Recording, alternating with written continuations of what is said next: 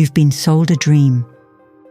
A perfect life, unlimited happiness and endless success, all yours for the taking if you just follow the right steps, buy the right books, and listen to the right gurus. But the truth is, self-improvement is a lie. Yes, this multi-billion-dollar industry is built on your insecurities. They want you to feel broken so they can sell you the pieces to fix yourself. Let's break down the self-help and see why it's more of a scam than anything else. How did we get trapped? So we've all seen the hype around self-improvement, right? But how did we actually get sucked into this whole self-help whirlwind? First off, self-improvement isn't some new trend. It's been around forever. Seriously, even the ancient Egyptians were into it. They had these texts called sabait that were basically instruction manuals on how to live a good life. Fast forward a bit, and you've got the Greeks and their philosophers like Aristotle and Marcus Aurelius dishing out life advice. So yeah, the idea of bettering yourself has been a thing for thousands of years. But here's where it starts getting interesting. In the 19th century, a man named Samuel Smiles wrote a book called Self-Help. It was like the OG self-improvement book, and it became a massive hit. People loved it because it told them that success was all about hard work and good character. This was super appealing to the middle class who were trying to climb the social ladder. They ate this stuff up because it gave them hope that they could make it big if they just put in the effort.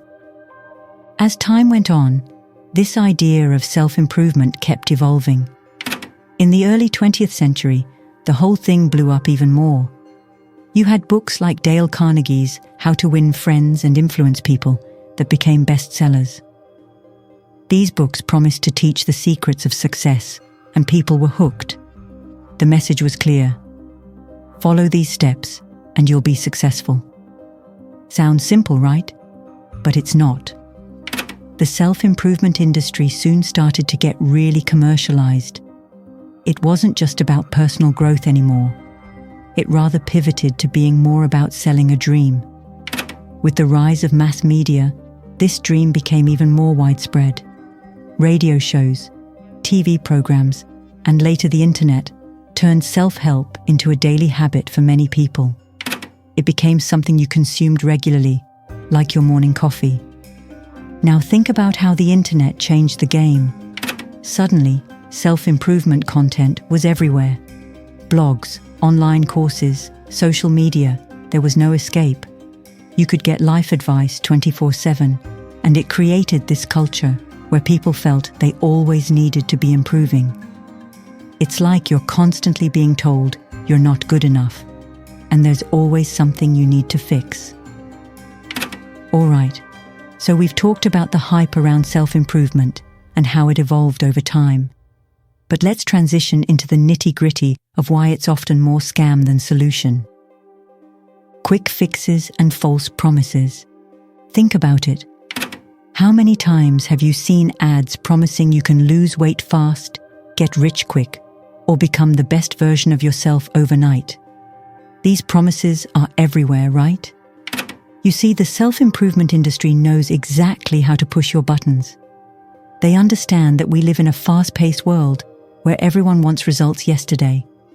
So they craft these slick marketing campaigns that promise instant gratification. Need to drop 20 pounds? No problem, just follow this miracle diet. Want to make $1 million? Just buy this course and you'll be swimming in cash. But let's be real. If it were that easy, everyone would be fit, rich, and living their dream life. The truth is, these quick fixes are often nothing more than band-aid solutions. They might give you a temporary boost, but they rarely lead to lasting change. Real transformation requires you to dig deep, confront your habits, and make sustained efforts over time. It's not glamorous, and it's definitely not quick, but it's the only way to achieve meaningful growth. And here's the issue that's even bigger. These programs often prey on your insecurities. They tell you that you're not good enough as you are, and that you need their product to become a better version of yourself. It's a powerful sales tactic because it taps into our deepest fears and desires. Take the weight loss industry, for example. The products that promise rapid results might, at the very best, help you shed a few pounds. But they often come with a host of side effects and health risks. Worse yet, they don't teach you how to develop healthy, sustainable habits.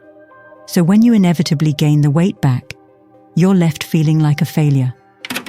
The same goes for the wealth-building niche. Get-rich-quick schemes are a dime a dozen, each one promising that you can make a fortune with minimal effort. Whether it's flipping real estate, trading stocks, or starting an online business, the common thread is the promise of easy money. But the thing you really need to understand is, building wealth takes time, knowledge, and a lot of hard work. Those who succeed are usually the ones who invest years into learning, failing, and growing. The idea that you can shortcut this process is not only misleading but also dangerous. And let's not forget the financial aspect. These quick-fix programs and products often come with hefty price tags. You might start with a $20 book, but soon you're shelling out hundreds or even thousands of dollars for courses, seminars, and coaching sessions. It's a lucrative business that can leave the ones on the buying end, like you, with a lighter wallet and little to show for it. What's worse is that these costs can add up quickly. You begin with a seemingly small investment, maybe a book or a webinar, but then they upsell you on more advanced courses, exclusive memberships, or one-on-one coaching. Each step promises to bring you closer to your goals, and before you know it, you've spent a small fortune. One size fits all doesn't work. Still not convinced? All right, how about we now break down the one-size-fits-all approach in most self-improvement programs? We're all different, and what works for one person might not work for another. Everyone has unique experiences, strengths, weaknesses, and circumstances. A strategy that's perfect for one person might be totally ineffective for someone else. But these programs act like they've found the universal solution to all of life's problems. These programs often fail to consider individual differences. They don't account for your personal goals, your lifestyle, or your mental health. They push a generic solution that's supposed to fit everyone, but it ends up fitting no one perfectly. It's like trying to squeeze into a one-size-fits-all shirt that's either too tight or too baggy. And this can be really frustrating. You follow the steps, do everything they say, and when it doesn't work, you feel like it's your fault. But it's not you. It's the program. It wasn't designed for you. To make it easier for you to understand, let's circle back to those fitness programs. One person might thrive on intense, daily workouts, while another might need a gentler approach due to health issues or time constraints. A one-size-fits-all fitness plan won't work for both individuals. The same goes for career advice, relationship tips, and mental health strategies. The emotional roller coaster. Now let's shift our focus toward the elephant in the room. The emotional toll. You know the drill. You start out pumped, thinking this is it. You're finally going to get your life together. You've bought the book, signed up for the course, and maybe even joined a community of like-minded folks. At first, you feel amazing. The motivation is sky high, and you're ready to conquer the world. But then, reality kicks in. The initial excitement fades, and you're left with the hard work. The daily grind of trying to improve yourself can be exhausting. You're constantly pushing yourself to be better, to do more, to achieve those lofty goals.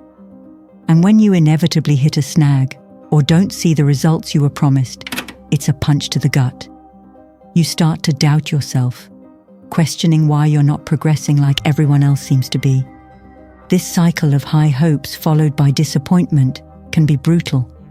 Instead of feeling empowered, you end up feeling like a failure. The pressure to always be on the rise, to continually improve, can lead to stress, anxiety, and even depression.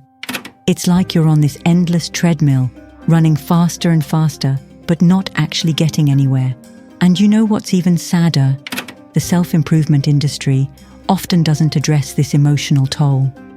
They keep selling you the next big thing, the next miracle cure for your problems, without acknowledging that constant self-criticism is damaging. It's a never-ending loop.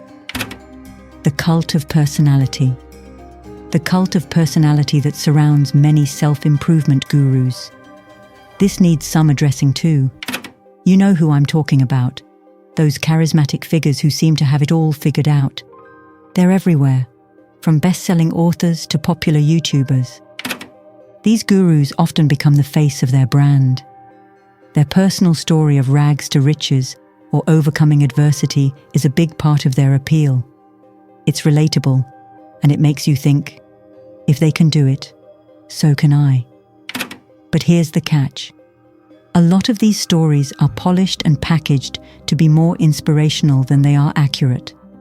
They highlight the successes and gloss over the failures, creating an illusion of effortless success. The problem with this is that it creates unrealistic expectations. You start to believe that if you just follow their advice in the letter, you'll achieve the same results. But life isn't a one-size-fits-all, and what worked for them might not work for you. We've already discussed why this happens. What's more, this focus on personality can create a dependency.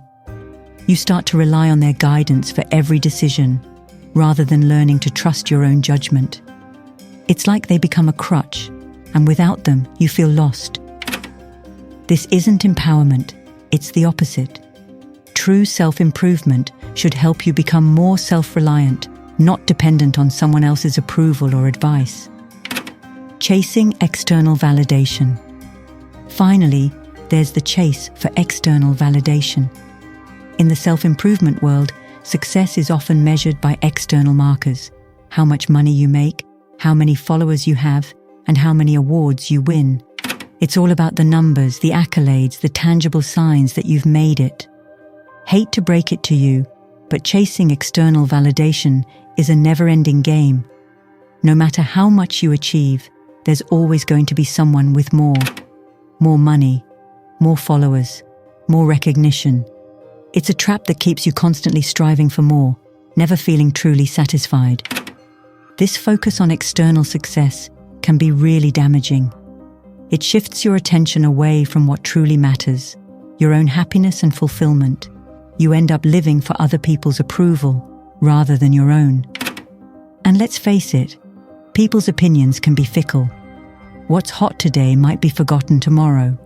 If your sense of worth is tied to external validation, you're setting yourself up for a roller coaster of highs and lows. The self-improvement industry loves to sell you this dream of external success because it's easy to quantify and market. They can show you testimonials, case studies, and before and after photos that make it look like their program is the ticket to the good life. But true success is much harder to measure. It's about inner peace, satisfaction, and living a life that's aligned with your values. So how do you break free? It starts with shifting your focus inward. Define success on your own terms. What makes you feel happy and fulfilled? What are your personal values and goals? When you start living for yourself rather than for others, you'll find a deeper, more lasting sense of satisfaction. Remember, you are enough.